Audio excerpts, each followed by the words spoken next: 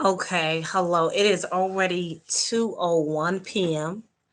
and we have a lot to discuss today. I want to some of you all know who I am. Some of you all, this is the first time you have met me. I'm Medina Ali. I'm the president and CEO of Safe PC. We are a Microsoft technology partner focusing on not only just the Microsoft 365 tools, but we have evolved into the areas of ed tech and workforce development, as well as application development, developing mobile applications for our clients to ensure that they improve their bottom line. This is the kickoff of our nonprofit series in partnership with our distribution partner, which is TD Cinex. We have the wonderful Brent Odom as our guest speaker today. And just want to say a few things about Brent. Met him 5 years ago. He was the one who inspired me to get into STEM and STEAM, introduced me to several of the HBCUs in South Carolina, and said, Medina, with you being an African American woman in technology, you can make a great impact. The whole purpose of this non for profit series is to empower nonprofits. We have a huge focus on women and African American nonprofits. We're working with community organizations, churches, uh, the county governments, the state governments, consultants, just trying to make sure they get access. I'm not sure, but I just found out this morning that 10.4 billion of the CARES Act funds as of September 21st, 2021 has not been spent, has not been used. And they haven't even started getting into other funds and other things that are being allocated to really ensure that not only do we continue to bridge the digital divide, but we also empower organizations that are making a difference in their communities. So, Brent, do you want to say a few things before we get started, or should I just Uh, begin? sure. Are you gonna share the deck? Yes, I am. Okay, okay. Well, while you're pulling it up, I'll do a quick intro, just so Okay. Okay. they know a background. So my name is Brent Odom. Glad to be here today with everyone. So I do work at TD Cinex. We are a large global and national distributor of technology solutions. My prior life, I spent 12 years in South Carolina public schools as a teacher and a principal before coming to Cinex and ran the education business at Cinex. Now I'm doing government affairs and public policy work. So glad to be here, and we're going to hmm talk about funding and some a grant strategy and some grant resources today that you all can take advantage of through Safe PC. Thank you so much, Brent. And let me pull up the presentation. Okay, great. Again, welcome. October 21st, we are officially kicking off our nonprofit series in partnership with TD Cinex and Microsoft. And I'm very excited about this series. Again, I am Medina Ali, President and CEO of Safe EC Solutions. I have my colleague here, Brent Odom from TD Cinex, and he is the government affairs and public policy specialist. What we're going to focus on today, I am going to talk about Grant Station and other grant resources that we have in terms of building that strong grant proposal to secure funding for your nonprofit. But I also want to talk about how this stimulus and how this funding and what the targets are as well too. And Brent's going to get a little bit more in depth in that, as I talk about your grant strategy and the templates and the budget templates that we provide, as well as researching the grant for you. Next slide. So, what is the motivating factor behind this? It of course it's Microsoft. We are a partner to Microsoft, and I know we have a few of our clients here who we not only provide their Microsoft 365, but we also provide the support. Some people are in our training initiatives, Accelerate Atlanta, that we do in partnership with Microsoft. This series we're gonna highlight on, and we won't get into too much today, but the benefits of having a Microsoft 365 solution is that nonprofits as well as government entities get special discounted pricing. And there's also grants for the customer relationship management tool, the CRM tool Dynamics, which manages fundraising and engagement. And the other benefit is the technology support to build a robust infrastructure that improves the bottom line. In our series three, we're going to talk about, highlight one of our larger nonprofits out of California, where we've recently built a mobile application to address mental health among teens. And we built that during the COVID pandemic because, as we all know, it's been some tough times. So I do want to highlight the benefits so you all know that as well. The additional benefits, which I've had the pleasure of being as I said, as a partner to Microsoft, but I do this through distribution through TD Synex, and in working with the TD Synex team over the past few months, they introduced me to the tool called Grant Station. And a part of Grant Station is the Solution Grant Hub. And real quickly, I'm going to go to the website just to kind of briefly give you an overview of how we help our nonprofit clients. So let me just change the screen real quickly. Let me go to the beginning of the Grant Station page.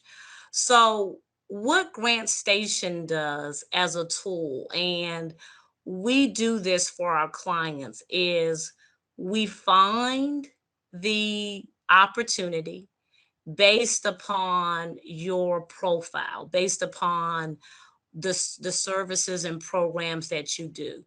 And then we assist you with building your program around strong program and strategic planning tools. And we also assist with the writing. Now, one of the things that struck me, and as I was, doing our research, was all of the funding opportunities in the area of COVID-19.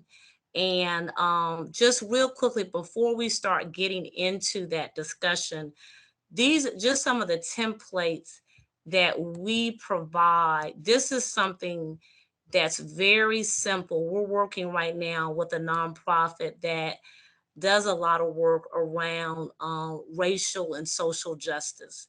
And this 4-page template, what it does, it just gives an overview of, state the problem you're addressing, your goals, your objectives, your target population, your project activities, and your key staff. This information is very critical to collect: organization background, success criteria, and measurable outcomes. So, we recommend that all of our nonprofit clients have this as a standard template. So, when they are applying for different grants, they're able to they able to have a clear idea of who they are, what their goals and objectives, who they're targeting. And I hope that is visible. If I need to make it a little bit larger, let me know. But this is just the Yeah. proposal template. And this is when we go further into the actual annex of the budget template. I wanted to show you all that as another, as what we say, the strategic planning tool, where we go into helping you pull that detailed budget together and the budgetary summary milestones. So these are really some of the basic tools that every nonprofit organization needs to have. And that's why it is so important that not only do we help you find, but we also work on building. And then we will also recommend writers or people to assist you with the proposal because the goal is to win. But what was very interesting when I went over to Grant Station, they just, when you click on find funders, one of the other unique things about the tool is that they list all of the different, and you can filter all the different grant opportunities. And when you go down in geographic scope, North America, when you click on USA, when you click on Georgia, target population, let's just do Black African Americans, let's do education, um, no, any, let's keep it at any, and then let's click on reset. Let's just see what it pulls up right now in Georgia. So, oh, okay. It didn't, it just pulled up Nevada, Connecticut. Oh, Medina, you should have hit filter Oh, instead of filter. reset. Oh, okay, okay. Yeah, That yeah. cleared it up. Okay, thank you. So go to USA, Georgia.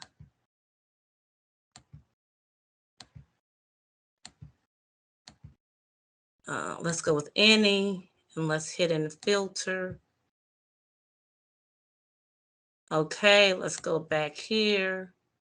Do education I'm just gonna do or do any. general. Yeah. Okay, I'm gonna do general, and then let's do filter.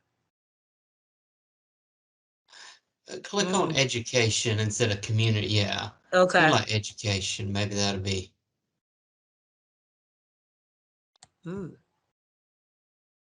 Let me do target populations general.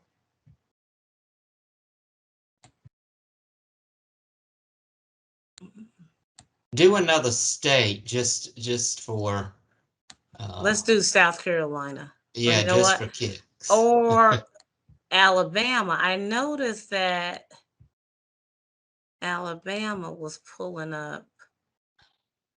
Let's just do general. Let's do any. Hmm. I don't know what's going on. It was working earlier. So let's just do a reset. But what I thought was interesting was they had, well, here's one for South See, Carolina. yeah, South Carolina and Spartanburg County. Yeah. Yeah. So this is one where COVID-19 grant opportunities focused on support for nonprofit organizations that have been impacted by COVID. So those are just kind of, just wanted to kind of give you all an idea of what you could find here. So but I know that when I was, working it, uh now this one right here is everyone. This is USA. This was on health eating research for children, low income, youth, minorities. This is due November 17th, 2021. But I did pull up one for education last night. I'm not sure where it is now, but I know it's due the end of November. But this is all around education. And I was really surprised because I thought a lot of that money had already been delivered. And then there's one here, people with disabilities, children, youth, veterans, military affairs, the American Rescue Plan Act, Good Jobs Challenge, funding opportunities designed to help Americans get back to work by developing and strengthening regional systems to develop and execute sectoral partnerships that will lead to well-paying jobs. And this is what we're doing sort of with the Accelerate Atlanta initiative. And then I also I thought there was one for Georgia, but if you see this one right here, Community Foundation of Eastern Shore, which is in Maryland. This is an emergency response funding for community and economic development, social services and issues as well. So just wanted to kind of give you all an idea. Now, as I go back to our presentation, and so are you going to jump in here to kind of talk about the current relief funding process, how it all kind of works? Yeah, yeah, Okay. I'll do these next couple of slides just as an overview. Many of you probably know this. If you don't, it's just a good background to have regarding how all this current funding is flowing, and there's more coming. Congress has passed and continues to pass funding packages, covers a variety of measures, COVID relief, stimulus. We've got looking at infrastructure, all of that. There's two pathways that then that money flows. And the right, it goes directly to a federal agency to spend, and we're not going to focus on that today. The other path that it can take is it goes to the left, it goes to a federal agency to then divvy out. And we know that it's divvied out as end customers. I was in public education, and uh, you all in nonprofits, and it's divvied out through grants. Once it hits the state level or even from the federal level, it's divvied out Mhm. from these departments as grants. And so that is what we're talking about today, is how it's flowing. And then once it gets down to the state level, then that's where it becomes a grant process of application. And some are competitive, some are not. Um, and so you can go to the next slide, Medina. Okay. Here's some breakdowns by maybe segments, as we say, just so you can see just the amount of money. These are the three major packages up until March of this year: CARES, the supplemental relief in December, and then the American Rescue Plan. So it's flowing. Anywhere from assistance programs like the Paycheck Protection, small business aid for municipal major sectors like airports, hospitals, healthcare, K-12, higher ed, highways. State and local government is really a big one that we want to focus on, and I want to tell you a little bit more about that. Transit systems, but you can see the amount of money that's out there in general, the largest ever in history, historically, just from uh, what Congress has passed. This is the largest we've ever seen. Okay, Mhm. Medina, next. Okay. So here's a breakdown, and I wanted to highlight the state and local relief funds because this is mainly where funding for, nonprofit organizations is coming from. It's from the state and local funds.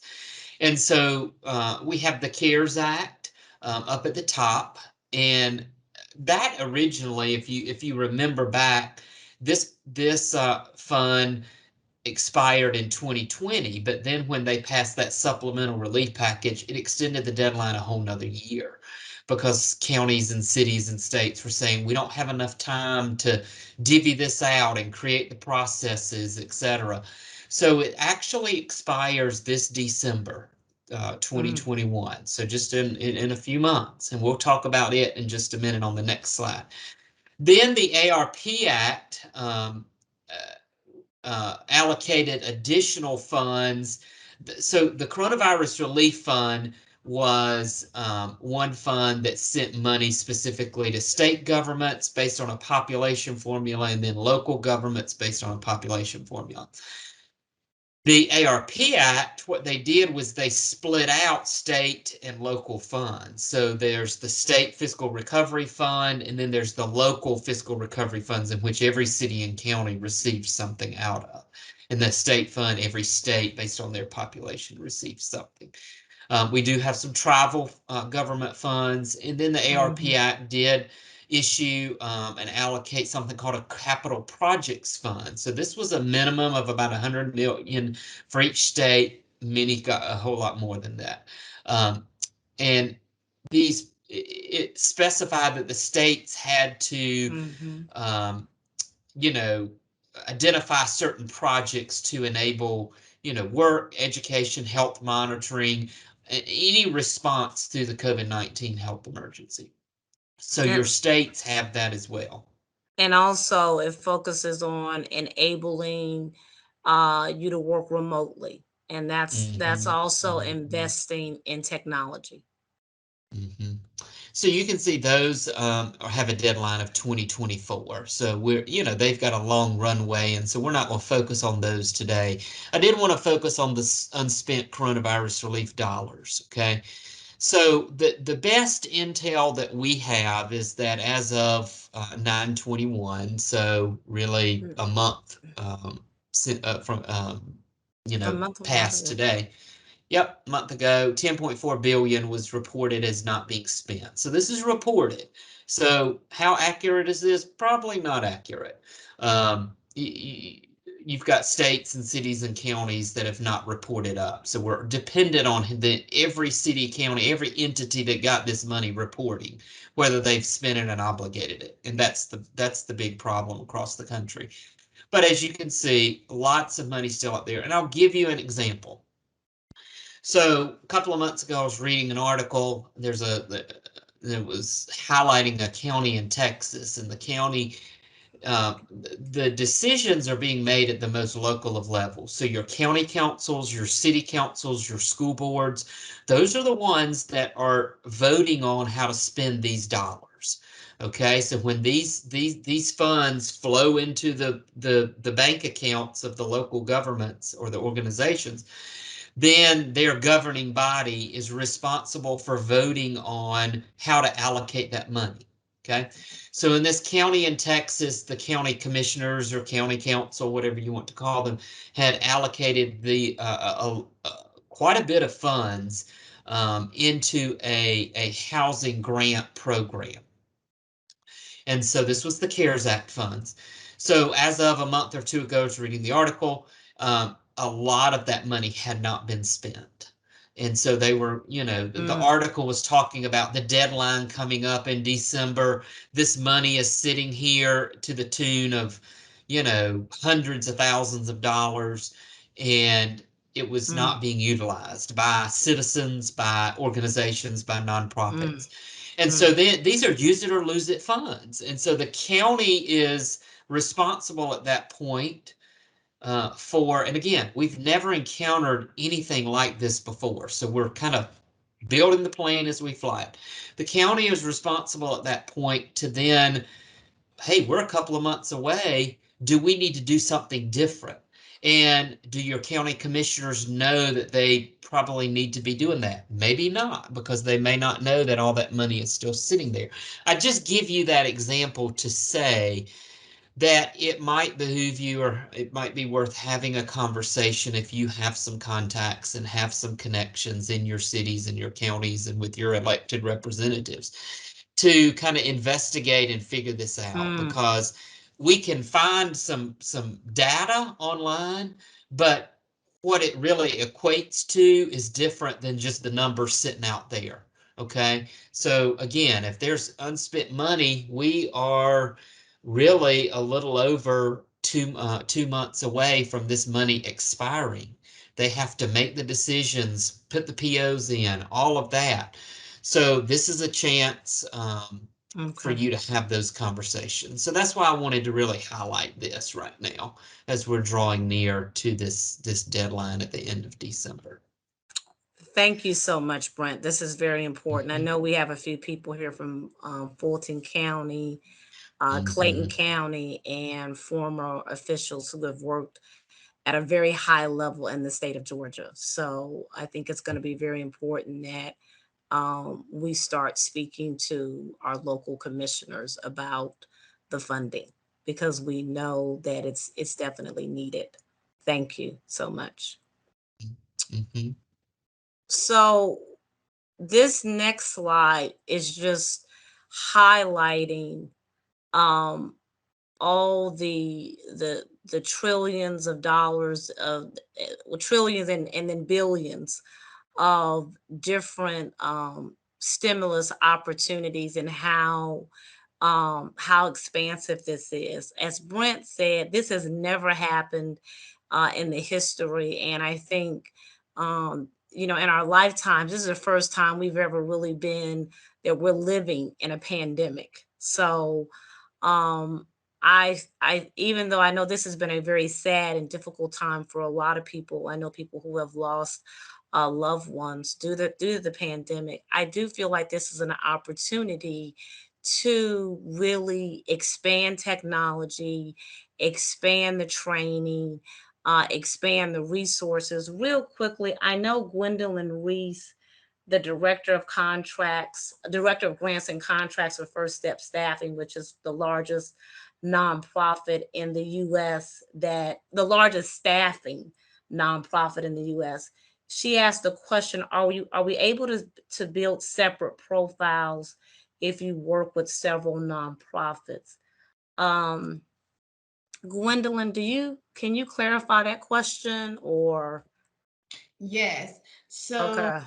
um, so if you're working with different nonprofits on different projects, are Mhm. you through the grant station able to build separate profiles for those nonprofits? Because if you have one nonprofit, they may be into reentry. Then you have another nonprofit, they're into um, food insecurity, so to Mhm. build those profiles for them that will pull those grant opportunities for that specific nonprofit. Okay. Because there's a, Um, as mhm. Medina, administrative Mhm. Medina, function, you can. those different ones. Hmm. You can go under build strategy if you're Mhm. right Okay. there on the Okay. homepage, Okay. and you can create different searches and save them, and then it will allow you, based on that search, to then start building a strategy based on that search. Okay. So Okay. yeah, if Okay. it's like Gwendolyn said, if it's for, you know, this STEM education program for a youth center, I'm just pulling that off the top of my head, then you can build that strategy in that search and it saves it, and then it will help you build that strategy, and you can build a whole nother one separate from that for another one. Yeah. Okay. It Okay. allows you. So Okay. Gwendolyn, we'll set up some time to do that as well. Okay. Okay, Okay. good. Great question. Great question. Thank you. Keep them coming. So we went through the stimulus breakdown. As everyone can see, um, this is expansive. Did you want to hit any points on this, Brent? Did you want to? Well, just the grayed out bars. Those are the two packages that we're watching right now. In Congress, so they're trying Okay. to work all that out along with the appropriations package. So you've got the infrastructure, which is called the American Jobs Plan, and then the America's Family Plan. There should be quite a bit in that American Families Plan that would go towards nonprofits in our communities. So those are Okay. those are ones that are being debated and worked out right now in Congress. These o- other solid ones are just the ones that have already passed. So we wanted to show you that. Okay. Okay. Great. Great. Okay. Thank you. Yeah, and here it is, still in negotiation. We've been hearing about the 1 trillion infrastructure bill. And then this is the funding. Oh, wait a minute, go back here. Funding, like, okay, right here will vary by state. Okay, okay. Yeah, But that's Georgia, yeah, but just Georgia's up there kind of because the shades here just indicate who's getting more. Like we know New York and California and some of the bigger states get more, but Georgia and Florida pretty much get a lot, I think, in terms of the South. I mean, what are your thoughts there? yeah, yeah, and I would agree. It's just showing. I mean, each the funding varies because of different factors. Population is a big one, and then each, it's going to be different. Each governor, the legislature, the way they're allocating funds, is going to be different. So each state's just very, very different, and that's what's made it very tricky and hard to track all this is because it's not uniform, across the country. So Okay, it's just okay, state by state, and that's why it's important to dig into these tools and resource programs that we're talking about today. okay. And just the other thing too, this slide right here shows the grant funding timeline and sales cycle. If you notice to the left, traditional grant timelines range from anywhere from 4 to 8 weeks, where stimulus grants timelines are going from 1 to 4 weeks, or as they say here, 6 to 20 weeks. And traditional grants can take up to a year or two, and all the way up to two, up to 3 to 4 years. So this again, people, this is historic. Let's take advantage of this opportunity right now. Brent, do you want to interject anything into this slide here? Yeah, no, the only thing is that, yeah, these stimulus grants, a little bit different than traditional grants. A traditional grant would be anything from, a state agency grant that, cycles year to year, or a foundation grant or a corporate grant. I know, like Toyota and Honda, those, they have Mm, corporate grants that cycle year to year. Those tend to take a lot longer. What they've done with these stimulus grants and the timeline is try to condense it, and the applications are pretty simplified, and so we've just noticed across the board that the stimulus grant timeline is much, much quicker because they want to get those mhm. dollars out and get them awarded, than like a traditional grant timeline. And this is a very important slide.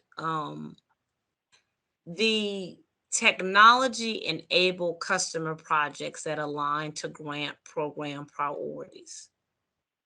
Um, Everyone in this audience, we have someone here that works in public safety, justice, courts, and corrections.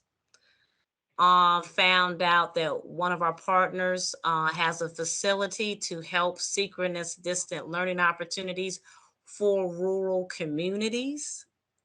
Also partnered with the local HBCU for college and career readiness initiatives, broadband connectivity, innovative and new approaches to education practice, mental health services, adult education, workforce development, and apprenticeship pathways for high demand fields, STEM and literacy initiatives, at risk student supports, underrepresented groups in STEM careers, increasing retention and graduation rates, personalized learning, expanded learning time programs, health professional education and training.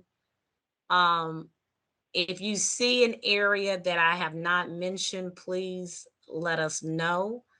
But again, these opportunities at the state and local government sector, high education sector, K through 12 education sector, and healthcare sector. And I know that all of you all service those areas within your communities. Any questions about this? Okay. Brent, did you want to say anything or did you? Um, the only thing I would add is, like you already said it, the broadband connectivity is huge right now across the Mm, country. I mean, we just see governors and, legislatures and, mm-hmm, all the way down to local government is really grappling with broadband. And there's a lot of the specific funds coming out, anyway. I mean, your public school systems have, the ECF funding that they're going through right now. Um, there's just a lot of funding right now for broadband and connectivity. So mm-hmm. that's a huge one that we're seeing in the technology area. Okay, yes. And that's so important in all of these areas. So many Hmm. kids Hmm. miss school because they just did not have access to internet in their home. Hmm. And they're now looking at churches and community centers to do the reach out to make Yeah. sure the kids have Hmm. the hotspots.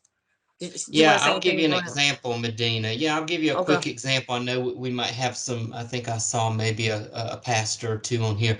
So there's a school district down in Arkansas, that created what they call safe zones. And so what the school district did is, they went out into the community and identified using they created like a Google Maps or a heat map, and they identified areas in which, students had trouble accessing the internet, didn't have internet. And so they created this heat map, and then they went into the areas that were underserved and really identified safe zones. And they worked with community centers, churches, you know um, Mm-hmm. apartment complexes that have, like a gathering spot or a clubhouse or Exactly. something, and they put in branch routers. So the school district worked to pay for and provide the branch routers into these safe zones, and then they created another map for the district website of safe zones. And so Mm-hmm. that meant, hey, if a student's in between housing, or their internet goes down, or mom Mm-hmm. and dad's internet goes down because they're trying to work at home, and they Mm-hmm. could identify an area. Hey, I need to go up to this church, or I can go up to my community center, and Mm-hmm. that they've been identified as a safe zone in the community. So Yeah. that's just an example. Exactly. I was on a discussion earlier this week, and this was some of the folks from the Biden administration. This was at the federal level where they were talking about safe zones.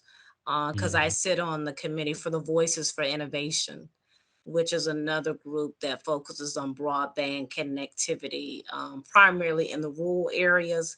But they're looking at churches and community centers, which have been kind of dormant because of the pandemic, and creating those as safe zones and just regional hubs for learning, and where they can't necessarily get to, like you said, a school, or if they're in between housing or whatever that's going on in their lives, they know they have these community centers and these churches as safe zones. So mm. that's a really good story. I'm glad to see Arkansas progressing that way. And in terms of what does the Safe PC grant support program looks like? Thanks to our partnership with TD Cinex, they're taking it even a step further. Grant Station, of course, is a tool, but one of the things that TD Cinex does now is they provide custom funder research and consultation to develop project ideas. And the areas of the top grant recipients: nonprofits, community organizations and churches, K through 12 schools, colleges and universities, including HBCUs and community colleges, local governments, public safety agencies, hospitals and clinics, courts and correction institutions, especially criminal reform. And what I mean by criminal reform is really assisting people with reentry in terms of workforce development and providing them access to training in technology and in careers that will give them life skill training.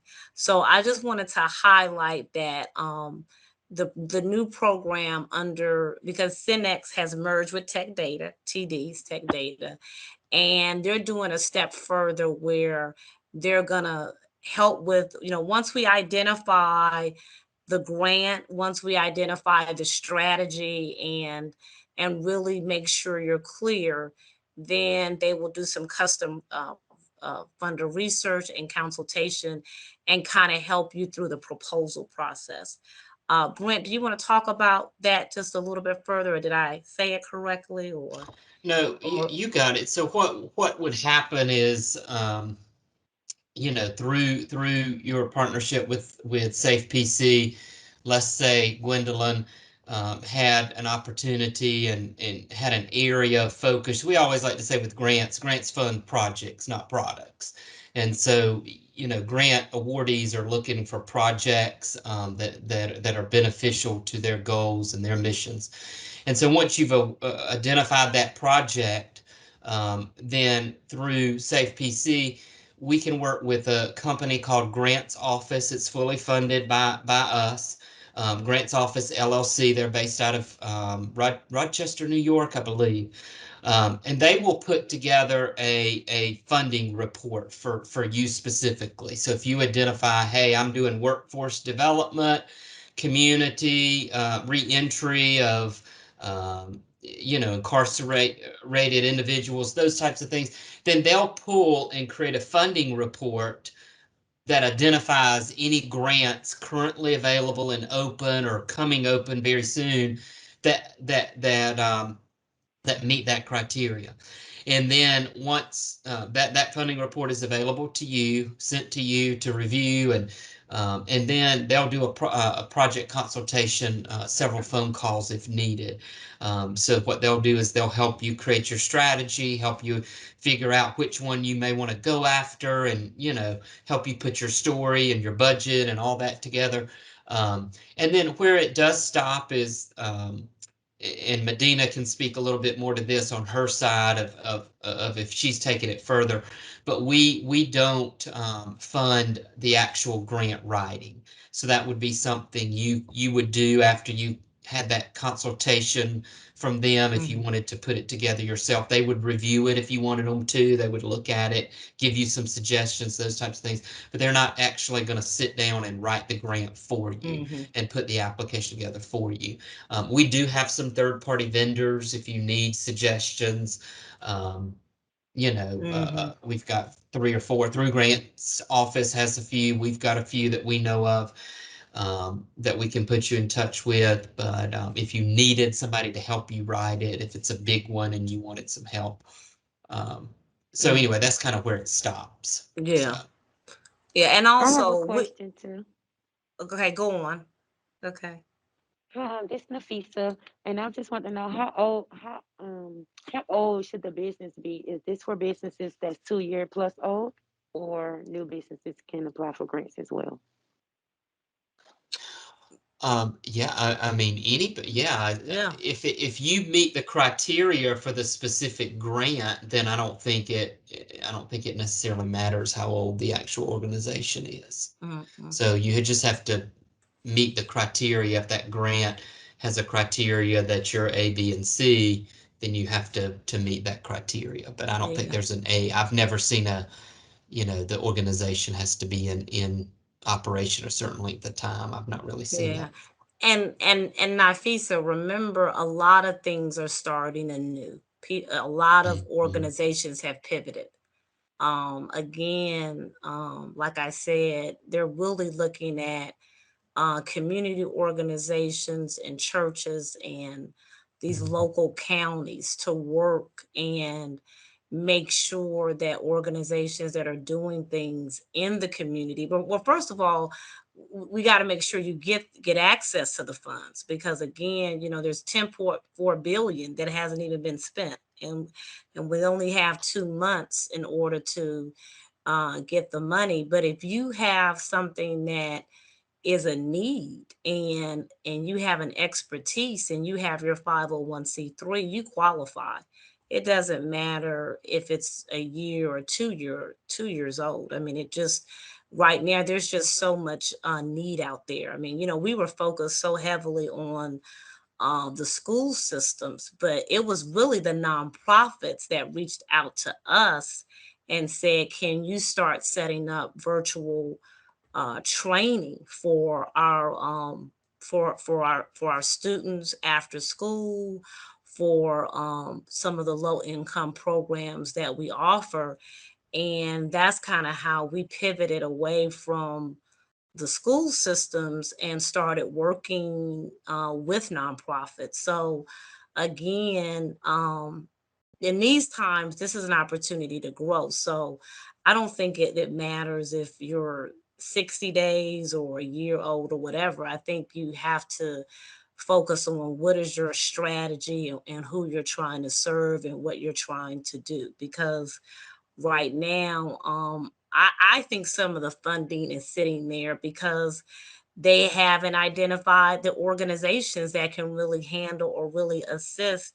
And some of the discussions that I've been having is, I think it's important that nonprofits and organizations and counties begin collaborating and working together, and jointly, obtain the funding. Because I think when you have a solid plan and a strategy, I think, the commissioners are like, okay, hey, here, please get this done.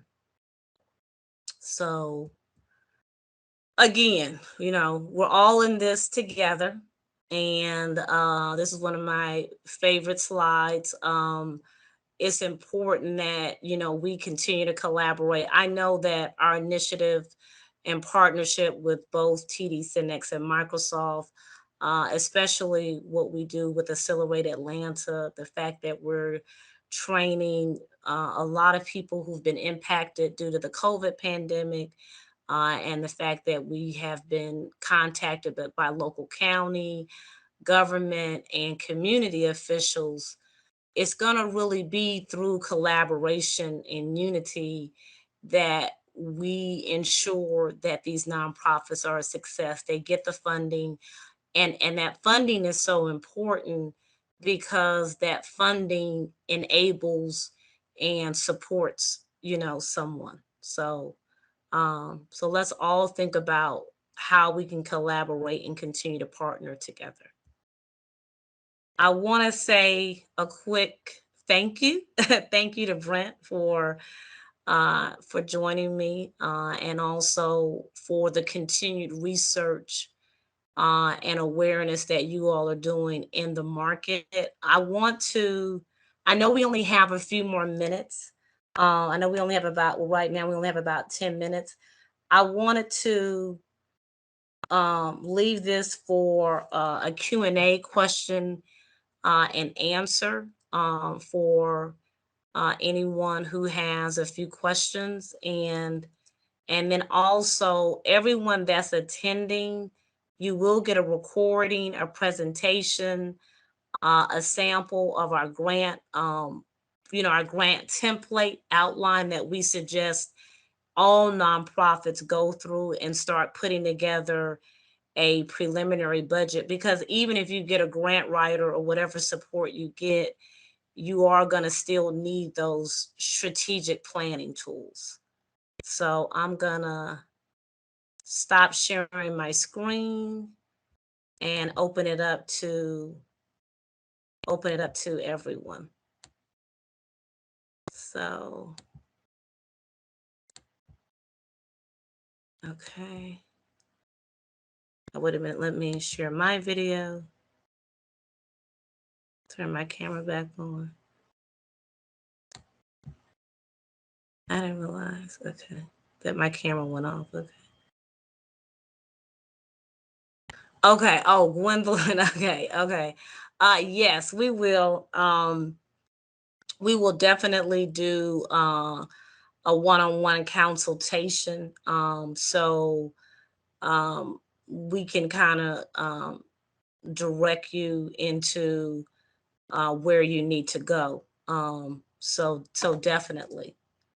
Um, thank you, Patrice. Patrice, do you have any questions or um, I think Janet is on the call as well. Good afternoon, everyone. Thank you so much for such just helpful information. I work with, for those who don't know, I work with Fulton County Schools and work very closely with our partnerships and external stakeholder department out of communication. So, yes, everything that you've said is very, very important and vital to the expansion and the sustainability of a lot of our um, strategic partners. So I love this platform for being able to really clarify and simplify the key aspects that every nonprofit or every community partner that we deal with would also need to have so we can collectively seek to expand and to sustain the work. So I think it's excellent. We also are a Microsoft district, so we utilize everything Microsoft as well. So it's super helpful to even align things in the back office and be able to support and utilize that information. But I'm also interested in how I can continue to share this message to our partners, just knowing how important the foundational aspects of everything you mentioned in the Grant Hub would be. So thank you for what you're doing.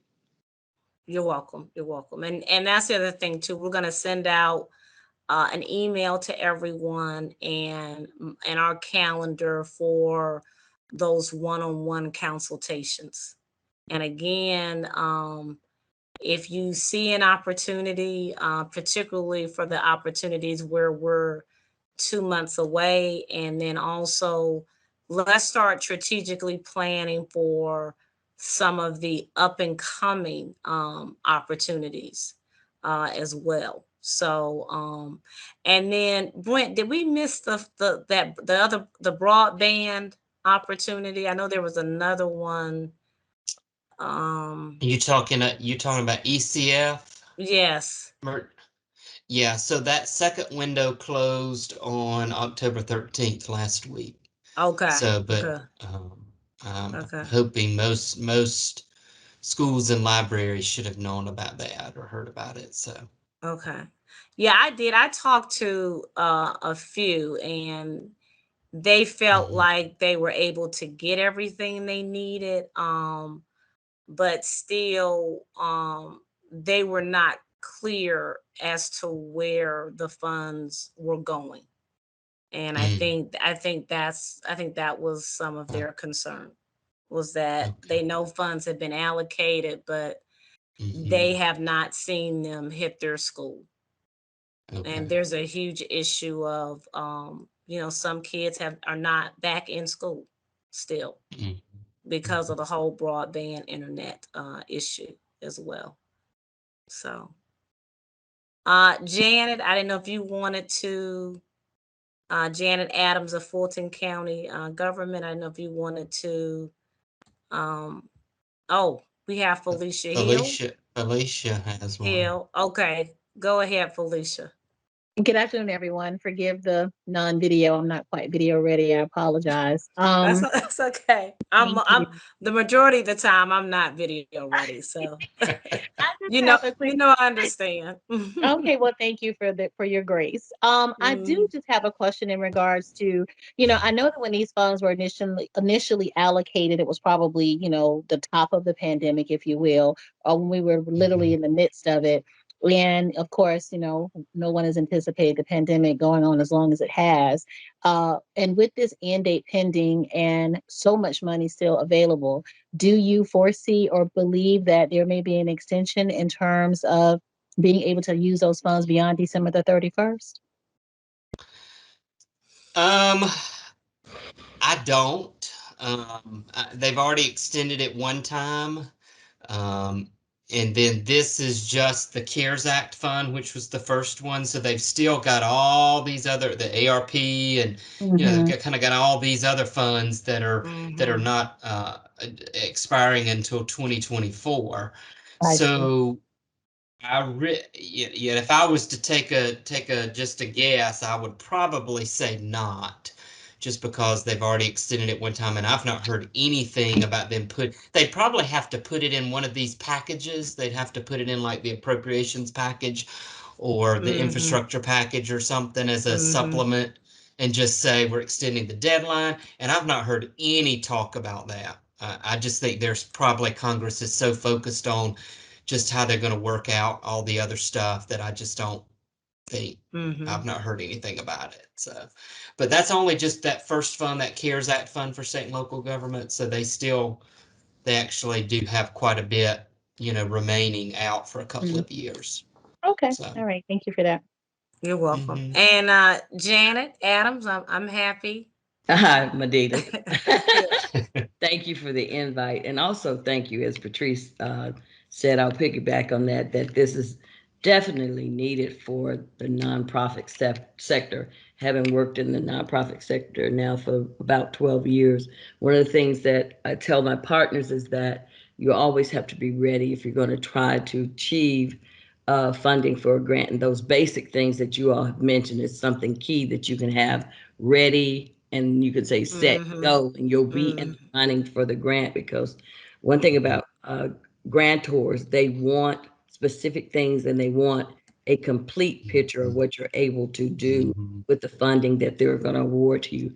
But the second thing that I would emphasize is the importance of advocacy, collectives coming together, advocating with their local and federal, Mm-hmm. state governments to make sure that funding is placed in the areas that we have the greatest need. We cannot assume that they know, or if they don't have someone Mhm. advocating for the right things, that it will be done. So I applaud you all for attending this training, but also say to you, get together as a collective and talk to your representatives and reach out to them to assure that that Mm-hmm. funding is needed for recreational opportunities for young people. Funding that's needed for the homeless is allocated, and funding that we need for our schools and our children in our schools, that they are provided for them. Mm-hmm. And just so you know, Pastor Henry, he did have a conversation with the commissioner, Rod Pitts of Fulton County as well, and we are going to start kind of helping guide those discussions. But again, and I think you've mentioned this too, having the right technology partner in place is also Yes, essential, because he thought so, but he just was not sure. right. And I just think it's important that, like you said, we can continue the collective and collaborate. But the whole purpose of this nonprofit series is to make sure that they are aware that, I'm here as a technology partner and a resource to not only help you get the funding, but also to implement the technology and the resources that are needed and that are required as well. So thank you all so much. And Mhm. I Thank you. appreciate you all attending our first, and you will continue to get information. We're building a landing page, and then next month in November, we'll have some of the technical team from Microsoft where we'll go more into some of the other products and solutions as well.